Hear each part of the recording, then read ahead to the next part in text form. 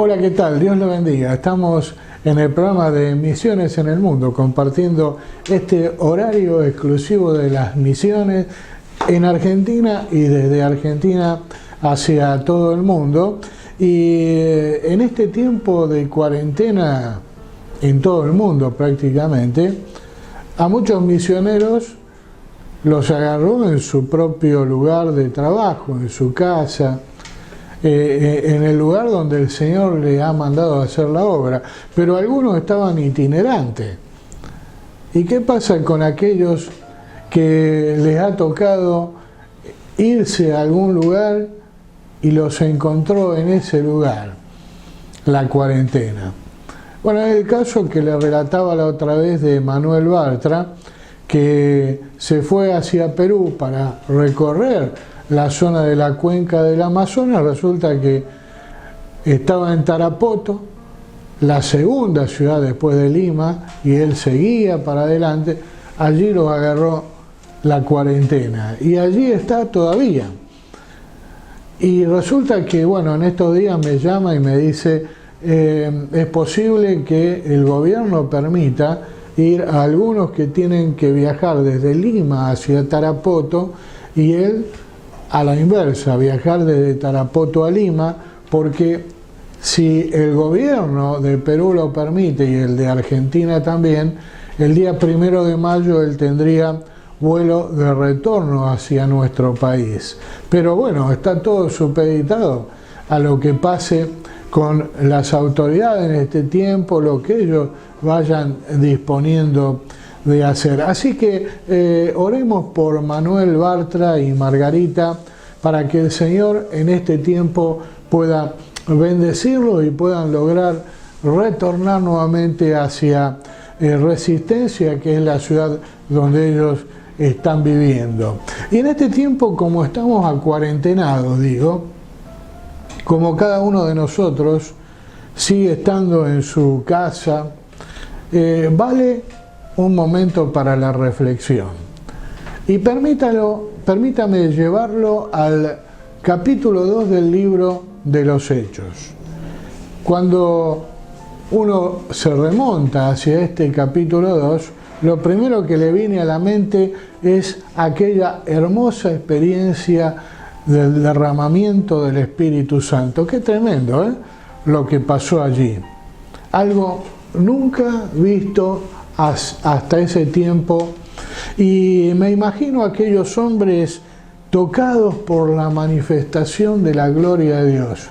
Seguramente usted en algún momento de su vida recibió también un toque de Dios que le movió las costillas, lo hizo sentir como que lo estaban moviendo, le estaban moviendo el piso. Y nos dice la Escritura que muchos estaban allí de otras regiones y les oían hablar a los de Galilea en las propias lenguas de los que estaban allí. Y en esas lenguas ellos contaban las maravillas de Dios y los de otras partes del mundo las podían interpretar. Realmente habrá sido un momento único, algo maravilloso, precioso, la manifestación de la gloria de Dios sobre estas personas. Pero, ¿sabe?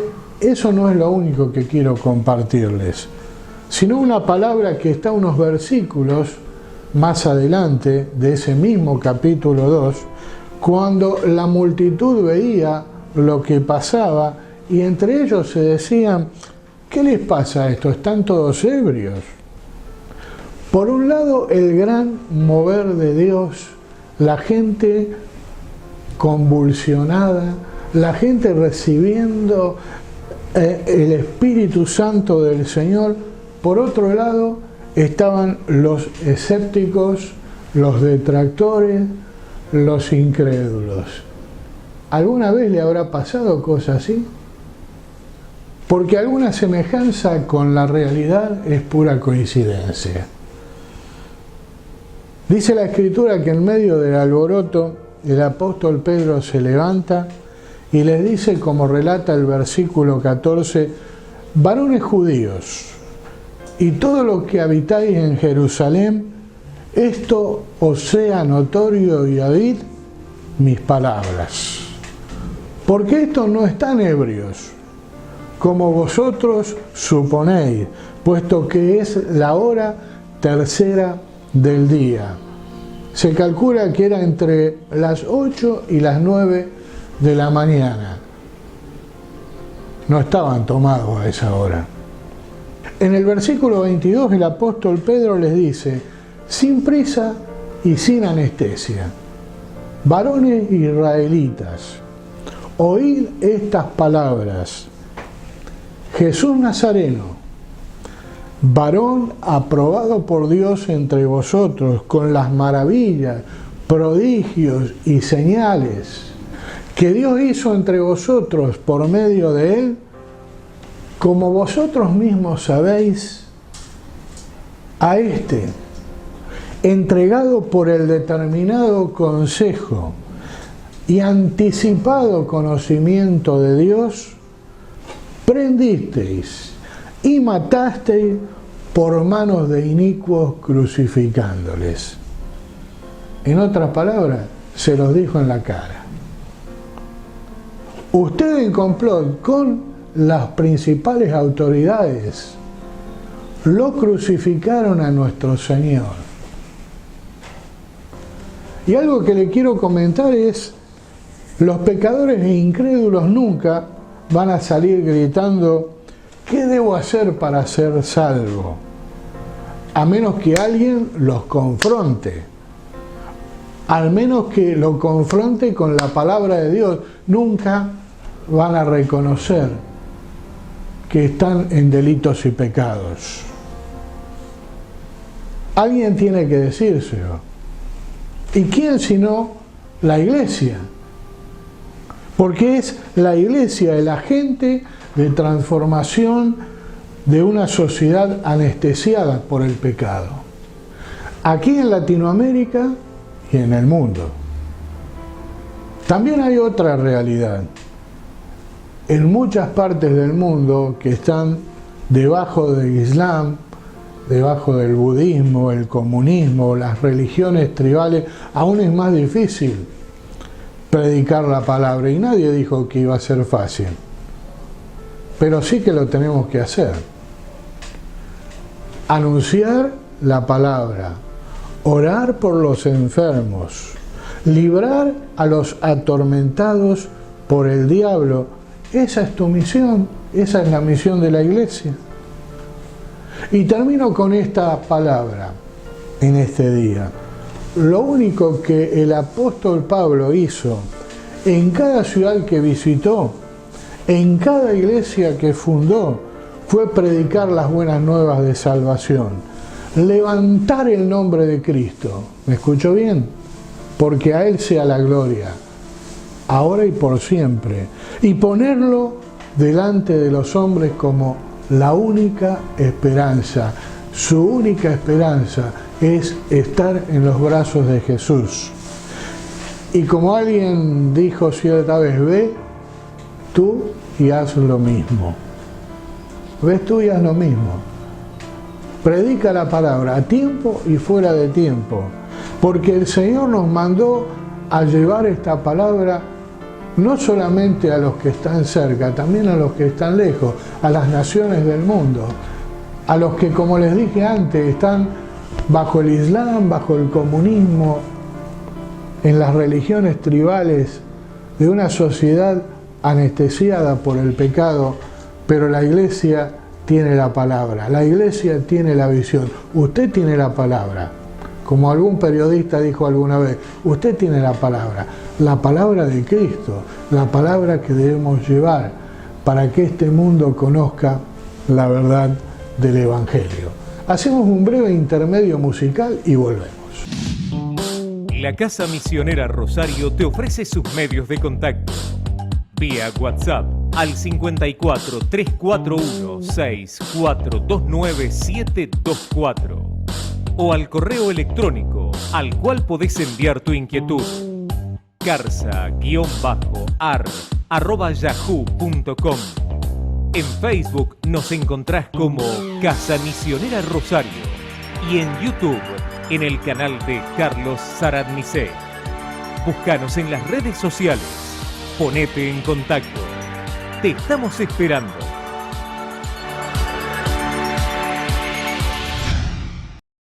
Mientras usted disfruta la Biblia en su idioma, hay miles de personas que no lo pueden hacer porque no ha sido traducida a su lengua. Para lograr reducir esa brecha, es fundamental el trabajo de los traductores de Wycliffe, quienes cumplen 75 años de estar realizando esta labor. Mark Martin nos informa.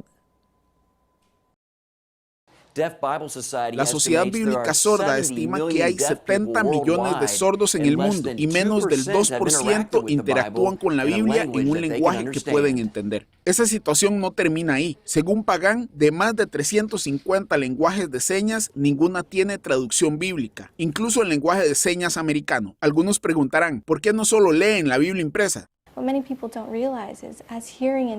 Lo que muchos no saben es que como individuos oyentes somos criados y enseñados en un ambiente de contexto ruidoso.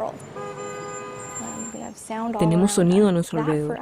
Eso para nosotros es desarrollar lenguaje, es desarrollar lo que usamos para aprender a leer y escribir en nuestra vida. Para una persona sorda no hay esa experiencia. El director de operaciones, Adam Burke, nos habla de la importancia de este esfuerzo a través de su intérprete, Misty Sword. Al crecer vi muchas iglesias distintas donde había personas haciendo señas directamente de la Biblia en inglés y muchas veces con conceptos cerrados. Incluso malinterpretaban el significado real. Conforme crecía, siempre luché con eso.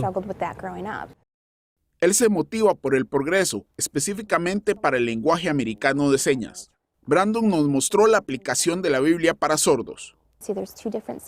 Puede ver que hay dos secciones diferentes aquí, una llamada ASRV y es libro por libro de la Biblia.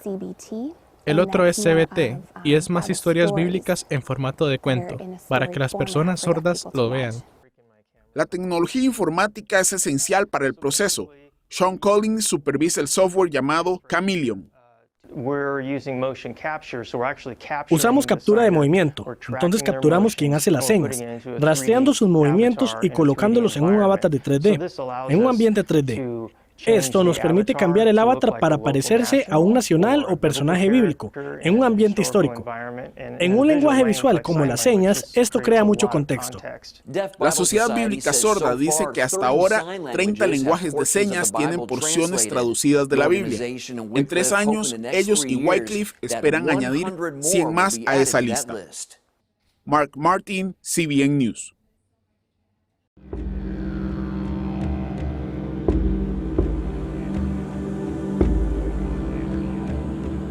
Cuando recién nos mudamos a la tribu, estábamos, por supuesto, tratando de establecer relaciones con la gente. Y es una cultura muy diferente, una forma diferente de vida. Entonces, ¿cómo hacerlo?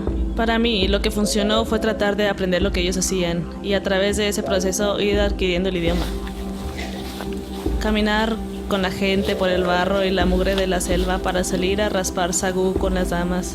Comiendo larvas de gusano con ellas, pasta pegajosa de sagú y carne de cerdo, simplemente ayudando a las damas a realizar diversas tareas, buscar leña o lo que fuera, con la esperanza de demostrarles de alguna manera mi preocupación por ellas, así como mi deseo de ser su amiga y poderles ayudar. La cosa más difícil que enfrentamos, pues, mientras aprendimos el idioma y la cultura y no podíamos comunicar muy claramente el evangelio ni para qué habíamos venido. Murieron bastantes personas y creo que eso era lo más difícil. Saber que ya no tenían la opción de creer, que ya no habían tenido la oportunidad de oír claramente en el idioma Uriay lo que Cristo había hecho por ellos. Escuchar el lamento de muerte y saber dónde pasarán la eternidad y hacía que ellos fue probablemente la cosa más angustiosa que enfrentamos. Ahora que hay creyentes, tenemos la esperanza de que si uno de estos creyentes fallece, sabemos dónde pasará la eternidad. Ya no importa, ¿sabes? Los días duros cuando uno pensaba, ¿qué hago yo aquí? Solo hay que seguir recordando que Él es digno de recibir la gloria de ellos. ¿Cómo pensar que esto no vale la pena? Cuando yo salga de aquí, Por supuesto, quiero que la iglesia Uriah sea una que funcione por sí misma, glorificando a Dios y alcanzando a otras personas. Una que ni siquiera necesite que le demos ánimos, pues ellos mismos lo estarán haciendo totalmente por su propia cuenta. Me gustaría verlos utilizar la Biblia Uriah y alimentarse de la palabra de Dios, con hambre de conocer más, dejando que la palabra guíe su vida. Pero que también algún día hubiera otras personas más jóvenes que quisieran seguir nuestro ejemplo y decir: a mí también me gustaría hacer este trabajo, así como lo hizo este equipo. No para nuestra gloria, sino que hayan visto a Cristo a través de mí y que hayan visto a Dios en acción y quieran seguir esas pisadas.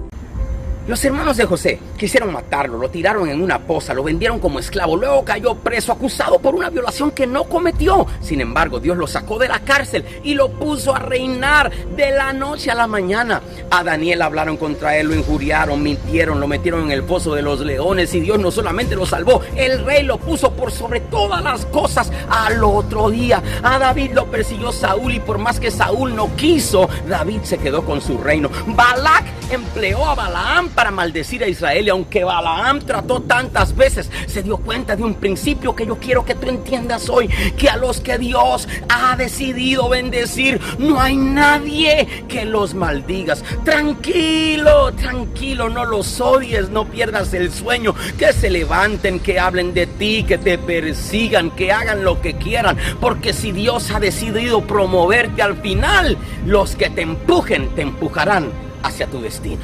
Continuamos en el programa de Misiones en el Mundo y estamos en comunicación con el pastor Carlos Scott, que fue presidente de la Red Misiones Mundiales y también presidente de Comiban Internacional. Y le he pedido a Carlos que nos comparta una reflexión en este día. Gracias, Carlos, por estar con nosotros. Te escuchamos. Hola a todos, una gran alegría compartir este tiempo con ustedes y este es un tiempo especial, un tiempo que tenemos que vivir con expectativa, con esperanza y en este tiempo tan especial tenemos que recordar la palabra de Dios de una manera muy particular. Al pensar en Juan, en Apocalipsis, en el primer capítulo, en el capítulo 1, versículo 17 y 18, Juan se hallaba aislado en la isla de Patmos, retirado, se hallaba en prisión y en medio de la desilusión, en medio de la tristeza, tal vez pensaría en las iglesias, en los problemas de las iglesias, tal vez pensaría en sus propios hermanos que habían sido martirizados, muchos de ellos, y en ese momento quizás de duda, en ese momento quizás de incertidumbre en la isla de Patmos, en ese momento quizás de desilusión, o no teniendo toda la fortaleza necesaria, en el día del Señor, el pastor Juan, en el día del Señor, el pastor Juan recibió la visitación del Señor. Y esto es lo que necesitamos en este tiempo, una visitación especial del Señor. Y dice el texto que el Señor mismo le colocó su mano derecha sobre su hombro. Si hay algo que el pueblo de Dios necesita, nuestra gente necesita, en general, cuando nos cruzamos con cualquier familia, cualquier persona, al dialogar, al hablar, al comunicarnos telefónicamente, videollamada o lo que sea, es que ellos sientan que en cierta manera le estamos colocando la mano en el hombro. Si Dios no nos puede traer consuelo, nada en este mundo lo podrá hacer. Dios es un Dios de consolación. Y cuando le pone la mano en el hombro, lo primero que le dice: Señor, no tengas miedo. No tengas miedo. Y este es un tiempo para no tener miedo. ¿Por qué no tener miedo? Porque confiamos que Dios todavía está en el control. Es el primero y el último, el alfa y el omega. Y qué interesante también la imagen del capítulo 5, ¿no es cierto?, de Apocalipsis. Ahí Juan también estaba llorando, ¿no? Y uno, porque no parece que no había nadie digno de abrir el rollo y romper los sellos, y de repente aparece un anciano y le dice a Juan: Juan, deja de llorar, Juan, deja de llorar, no te lamentes porque el león de Judá, la raíz de David, ha vencido. Y esta es nuestra esperanza, esta es nuestra alegría, esta es nuestra victoria. el Señor Jesús ha vencido. Y de repente Juan miró entre los ancianos y vio a un cordero que parecía haberse sacrificado, parecía haber sido sacrificado. Y contamos en este momento, el pueblo de Dios, con la fuerza del león, pero tenemos que actuar como corderos. Este es un tiempo para enfatizar también el modelo del siervo de Dios. Generalmente nos gusta ser leones, pero lo que se enfatiza no es el amor al poder, sino es el poder del amor. Dios quiere que tengamos un corazón animando a la gente permanentemente, diciéndole, no tengas miedo, animarlos, consolarlos, ponerles la mano en el hombro, recordarles que Dios sigue en el control y recordarles que el Señor ha vencido. En segundo lugar, un segundo pensamiento para compartir este tiempo con ustedes, se encuentra en Isaías 40. Isaías 40 nos habla, en el momento estaba el pueblo de Dios, había sido dispersado, había sido llevado cautivo, y de repente el profeta levanta una voz que dice, consuelen, consuelen a mi pueblo, háblenle con cariño. Este es un tiempo para consolar al pueblo de Dios. Es un tiempo para hablar con cariño. Es un tiempo para hablar con dulzura.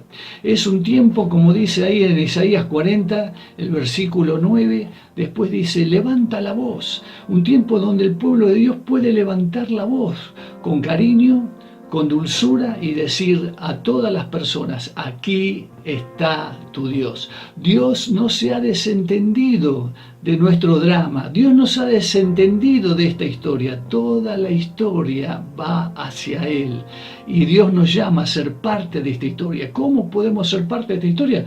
Precisamente levantando nuestra voz y diciéndole a todas las personas, acá está tu Dios. Dios va a hacer cosas grandes en medio nuestro.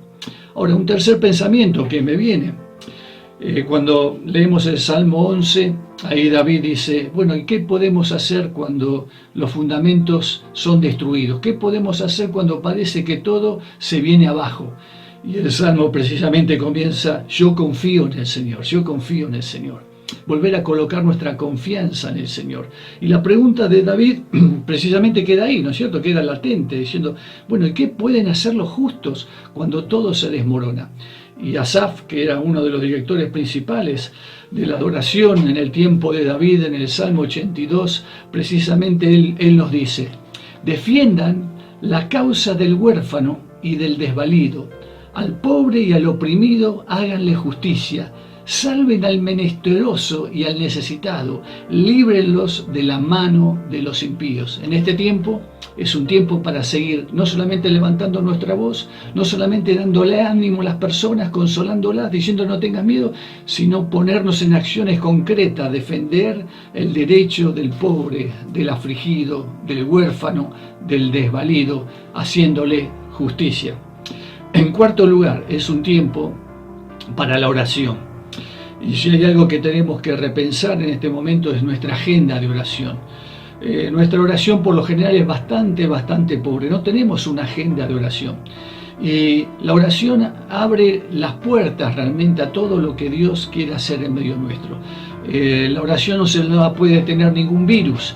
Y la oración revela precisamente y nos hace entender que Dios quiere hacer algo, pero está esperando a su pueblo, que su pueblo se encuentre con Él en adoración y en oración. Es rebelarnos contra el statu quo. No queremos que estas cosas que están pasando sigan como están.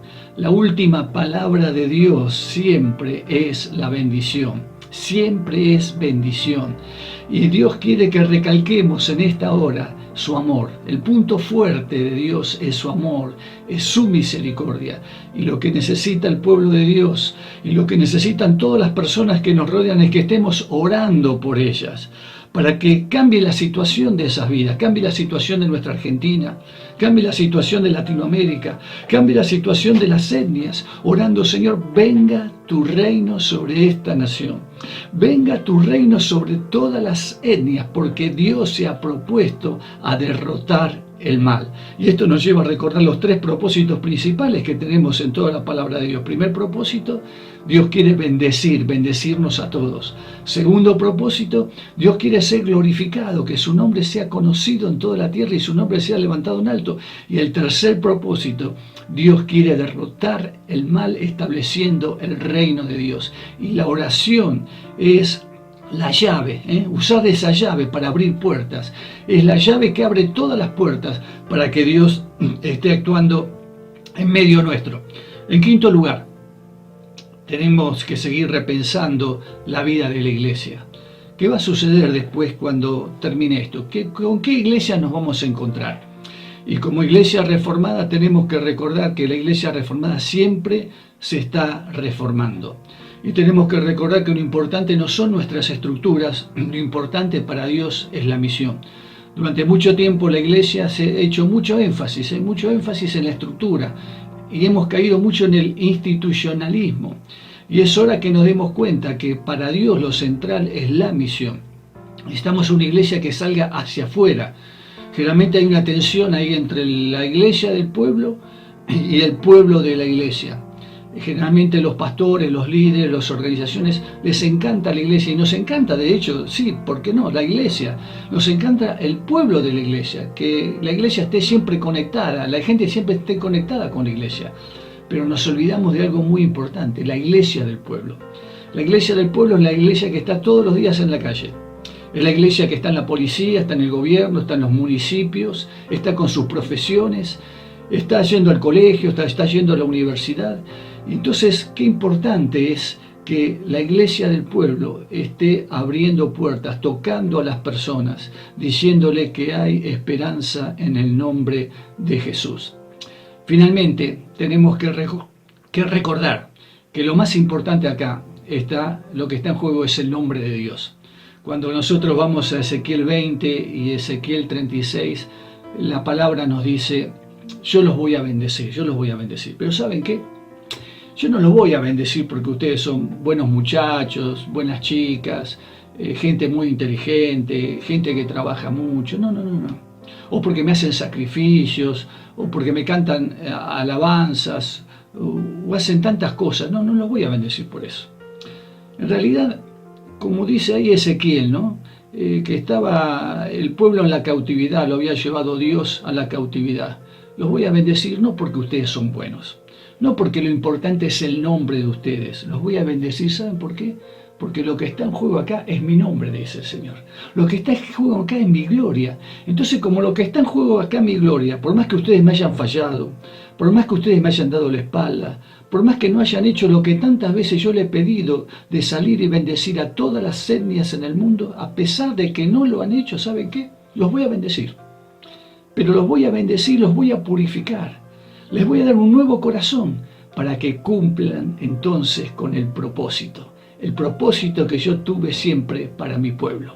Un pueblo que sale a anunciar las virtudes de aquel que nos llamó de las tinieblas a la luz admirable. Dios los bendiga. Animemos a la gente, confiemos en el Señor. Y hermanos, en medio de la aflicción tengamos esperanza. En medio de la adversidad, fortaleza, porque Dios está con nosotros. Dios les bendiga. Gracias. Gracias, Carlos, por esta palabra tan preciosa.